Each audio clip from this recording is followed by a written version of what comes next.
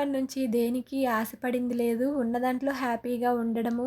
వాళ్ళు అది చేస్తున్నారు, అక్కడికి వెళ్తున్నారు, మనము వెళ్ళాలనే ఆలోచన రాదు.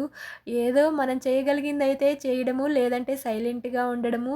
నేను వేరే కంట్రీకి వస్తానని అస్సలు ఆలోచనే లేదనమాట నాకు. అనుకోకుండా వచ్చాను. కానీ వచ్చేటప్పుడు మాత్రము చాలా హ్యాపీగా వచ్చాను.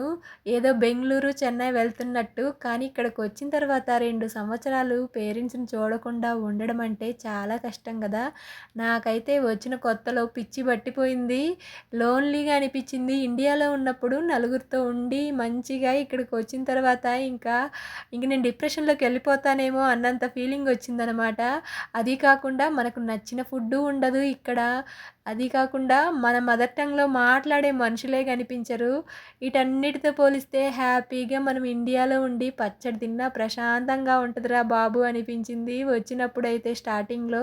కానీ ఇప్పుడు కొంచెం కొంచెం అలవాటయిపోయింది లెండి. ఏదేమైనా మన ఇండియానే చాలా బెస్ట్ అండి. థ్యాంక్ యూ సో మచ్ అండి.